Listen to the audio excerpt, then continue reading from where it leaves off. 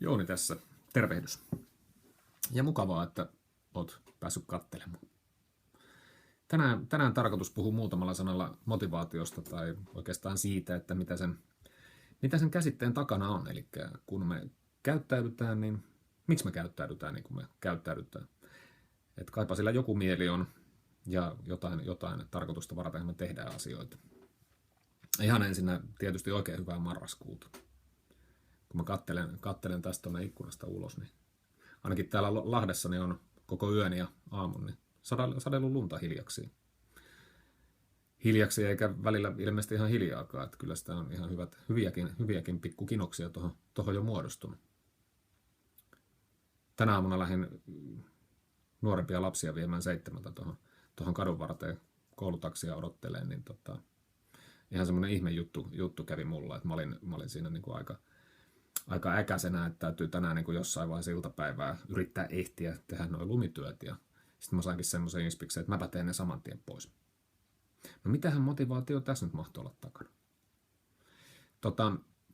Totta kai ne lumityöt pitää tehdä ihan siksi, että sitä sataa ja tuossa pihalla täytyy päästä kulkemaan ja täytyyhän postimiehen päästä meidän postilaatikolle ja muuta. Mutta mä pysähdyin miettimään vähän tarkemmin, että mitä siellä oli takana, niin olihan siellä.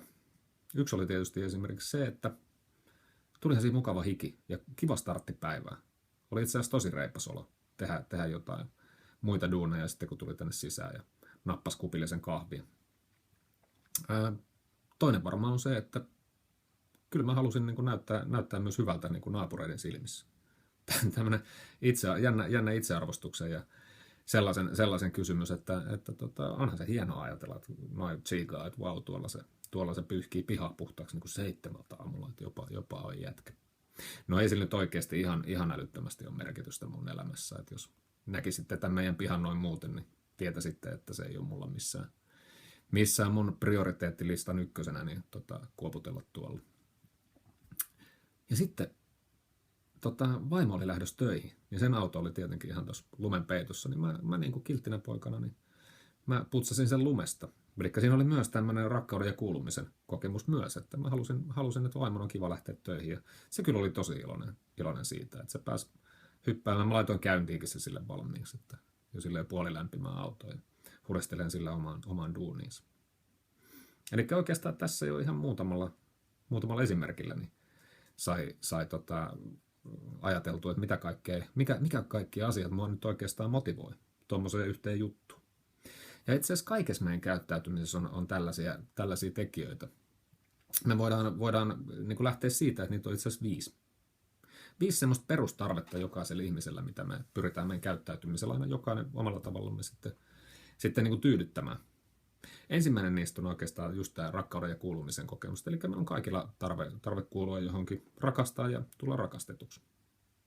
Toinen on just tämä naapurit, eli tämä itsearvostus ja vaikutusvalta. Eli mun haluan, että mun tekemisillä niin on joku arvo.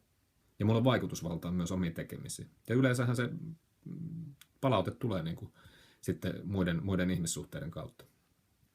Sitten on vapauden kokemus. No siitä voisi antaa esimerkin vaikka sen, että kun mä oon tämmöinen kestävyyskuntoilija ja aika tulostavoitteellinenkin esimerkiksi, niin sitten, että mikä mut saa lähtemään tonne räntäsateeseen sitten lenkille tänään ehkä, niin on toki sen lisäksi, että mun kunto kasvaa ja siitä tulee hyvä fiilis muuten, mutta että mä koen vapautta. Se on mun keinoni ehkä tämän hektisen työ- ja perhe-elämän keskellä, missä niinku tuntuu, että koko ajan joku niinku tarvii mua. Niin se on niinku mun omaa aikaa ja semmoinen vapauden kokemus, kun se räntä iskee naamua ja kahlaa tuolla. Ei sitä nyt oikein juoksemiseksi voi sanoa tuolla auraamattomilla jalkakäytävillä, mutta se on ihan mieletön fiilis. Mä saan siitä sellaista. Et se on yksi esimerkki, että sehän voi olla myös Harley Davidson jollekin tai matkustelu tai mikä kenellekin. Sitten on oikeastaan semmoinen perustarve kuin ilo ja elämästä nauttiminen, eli että se liittyy toki tuohon juoksemiseenkin aika usein. Usein se on tosi kivaa ja mä nautin siitä. Ja tietysti vähän niin kuin, että kaikilla asioilla olisi joku tämmöinen mieli, että se olisi mukavaa. Ja sehän liittyy oikeastaan oppimiskokemukseenkin hyvin läheisesti, että katsotte vaikka eläinten pentuja tai ihmisten lapsia, että miten hauskaa niillä on, kun ne leikkii ja matkii meitä aikuisia ja oppii samalla niin kuin asioita. Ja ainahan niin kuin uuden oppiminen, niin ainakin mulla, niin se tuo ihan jumalattomasti kikseen. Sitten 5. niin se on oikeastaan tämmöinen ihan puhtaasti selviytyminen, eli tämmöiseen vaikkapa nyt duunin tästä näkökulmasta tekemiseen, että saa rahaa, että pystyy elättämään perheensä ja syömään ja vaatettamaan itsensä ja on katto pään päällä ja niin edelleen.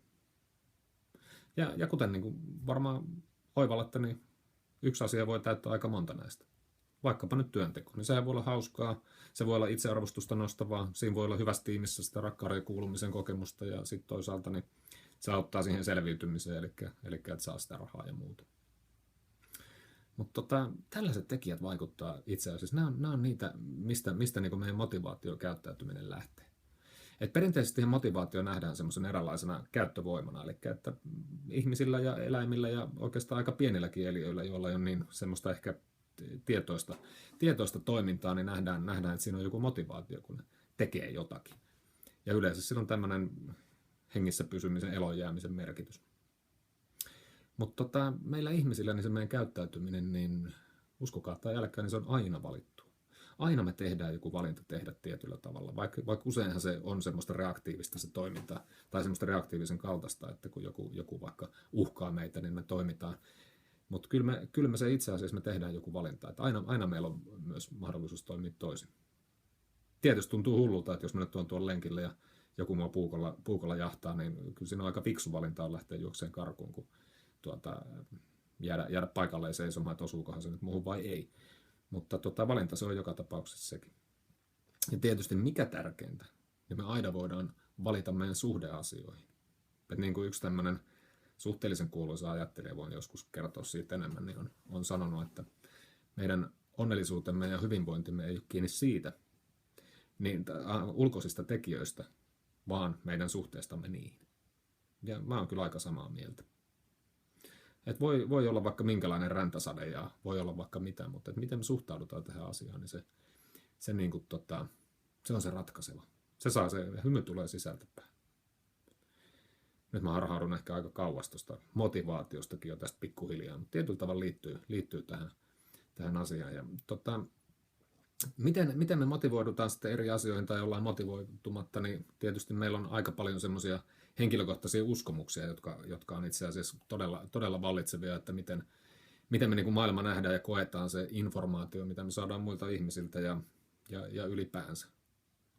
Ja uskomushan on tämmöinen vahva oletus sen oman niin kuin ajatuksen ja mielipiteen oikeellisuudesta. Ja sehän voi olla niin kuin itseen liittyvä, se voi olla toisiin ihmisiin liittyvä, se voi olla mihin tahansa maailmanmenoon liittyvä. Ja ne uskomukset voi olla niin kuin meidän hyvinvointia edistäviä tai ne voi olla sitä radikaalisti heikentäviä tai jopa tuhoavia. Ne voi olla jopa ihmissuhteita tai toisia ihmisiä tuhoavia. No niissäkin me voidaan tehdä sellaista valintaa, kun me päästään vähän pintaa syvemmälle pohtimaan, mitä ne on. Mutta näistä uskomuksista ja muista, niin ehkäpä jollain toisella kerralla sitten. Palaan asioihin. Mä oon tosi iloinen, että sä jaksoit kuunnella tänne loppuun asti. Ja oikein hyvää marraskuisen päivän jatkoa. Kiitoksia.